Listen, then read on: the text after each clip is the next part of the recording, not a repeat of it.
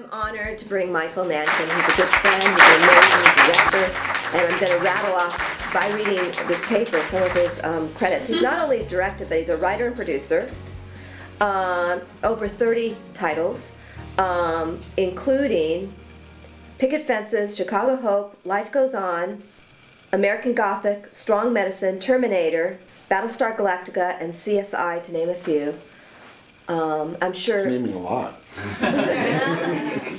And I know there's other things that you love and you've worked on, and so tell me anything else, any other highlights that of your career that you. It's funny that the two best jobs I had were Life Goes On, which was the first job I had in television, and Battlestar Galactica, which is actually one of the most recent. Battlestar Galactica I fell into without knowing what I was getting myself into. And by that time I was a seasoned, scarred, bitter, cynical man. And I went up to Vancouver to work on the show and found that everybody, the people in the office, the production staff, the art department, the drivers, the crew, the cast, everybody was at the top of their game, as nice as could be, and all they cared about was making the show better. And everyone had the same work ethic. All they cared about was like, what do we have to do to make it good? And all they wanted to do was help me. And I kept waiting for the monster to show up. You know, where's the awful actor? Where's the, like, there wasn't one. There wasn't one. The monster never showed up, and so I just did everything I could to stay on that show. It was just, you know, and for those of you who know Battlestar, as dark and as angst-filled and as depressing as the stories could get, the set was like daisies and teddy bears. You know, I made lifelong friends on that show. I mean, And you were one of the loved directors. You shot a lot of episodes. A lot of episodes, yeah. The number one skill that you have to have is the ability to pick yourself up out of the gutter after the shit wagon has run you over and start again, over and over and over. That's the secret, is that, you know, everyone gets into the, it's like, okay, it's like, I'm not in the business, and if I break through that golden wall, you know, then I'll be in, and my career trajectory will be that. Well, no, it's never that. It's this, you know. And every time you feel like, oh my God, I've ruined it. I'm never going to work again. Everyone hates me now, and you know, it's like it's constant up and down, and you know, and you need the ability to reinvent and regroup and find your strength again. And also, here's the other thing: is that, you know, there's no reason to do it other than the fact that you love it. There's no other reason. You know, if you have any other motive, then like, you're in for a lot of grief. But it doesn't mean that you will love it your whole life. A lot of people get stuck in it, really, you know. And you know, I've worked with people for whom it's a drudgery, you know. And I'm thinking, like, why? Man, wake up. But it does happen, and you have to. You know, it's like, in a way, these downtimes are gifts, because you can check back in with yourself and go, do I still really love it? Is it making me happy? You know, and with all the shit and all the hard work and those dusty stages and the auditions and like all the bullshit, do I still love it? Is it worth it?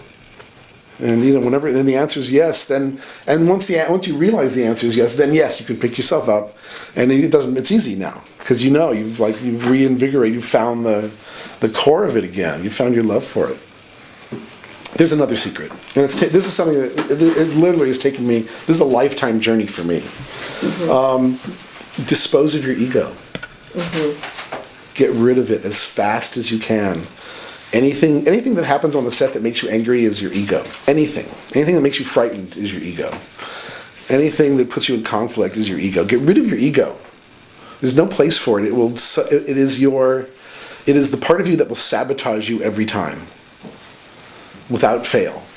I'm always working to strip it away. When I feel that, you know, the adrenaline come up with someone, how dare he talk to me that way? Mm-hmm. You know, that's, you know, now I recognize and I stop myself and, you know, talk to me that way.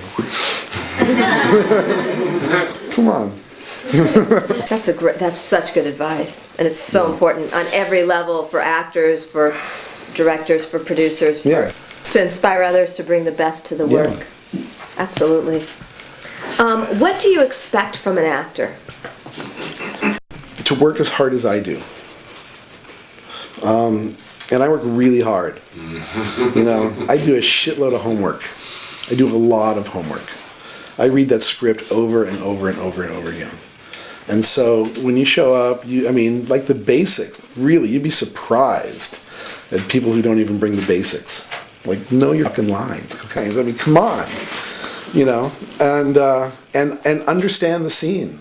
You know, it's like, even in auditions, I know the people that have done their homework, and the people that don't piss me off. You know, it's like someone who comes to an audition and goes, let's see what we got here. Oh yeah, doctor? All right, okay, that's it. Thank you. You know, but someone who's gone through, I mean, our job, all of our job is to analyze dramatic writing, right? So whether it's an audition or a play or a film, or you've got the part or you don't have the part, it doesn't matter. It's the same job. You have a piece of paper, you know, you have the scene, you know, the writer has left clues for that in regard to its structure and its emotional flow and where the transitions are and who these people are and how he envisions it being played. It's all there if you just take the time to analyze it. And then literally, when I have any free time I have in prep, I just sit down and read the script again. Because every time like, oh, wait a minute, that thing in scene 2 and that thing in scene 15, they actually connect. They're about each other. You know, and you don't get that on the first blush. So, yeah, so work your ass off. You know, be really serious about it. I'm not saying be serious in your work. The work has to be play. Here's the story. I read an article about an interview with a cello player.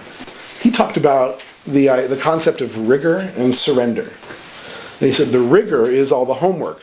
How do you hold the bow? Where does the bow go? Where's the tremolo? Where's C? Where's this? Where's that? Over and over and over and over and over again, so that when you get to performance, you can surrender. In performance, you don't want to be thinking about how to hold the bow. You're out of it. It's done. Exactly. So rigor and surrender, and that's what I look for in actors. You know, do the homework. Come with an understanding. You and I may have different understandings of the scene. Great, fantastic.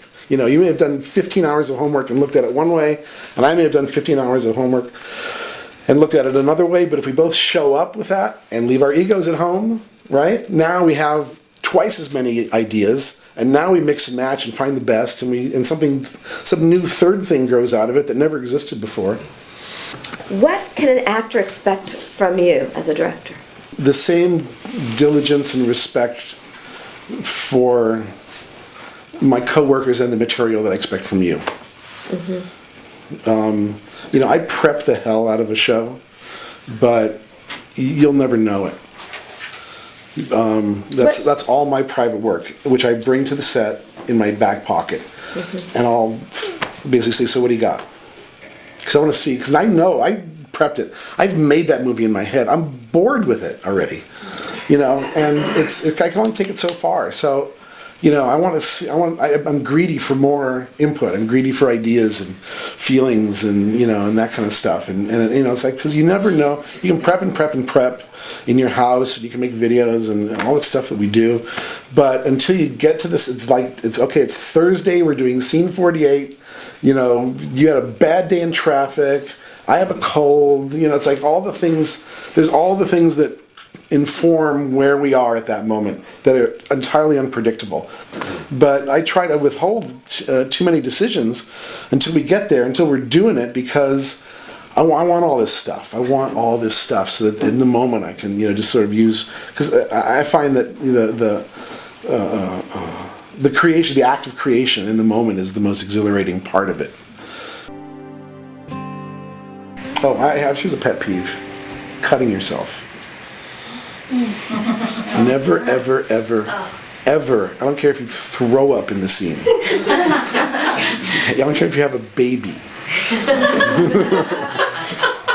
And for the women, it's not your job.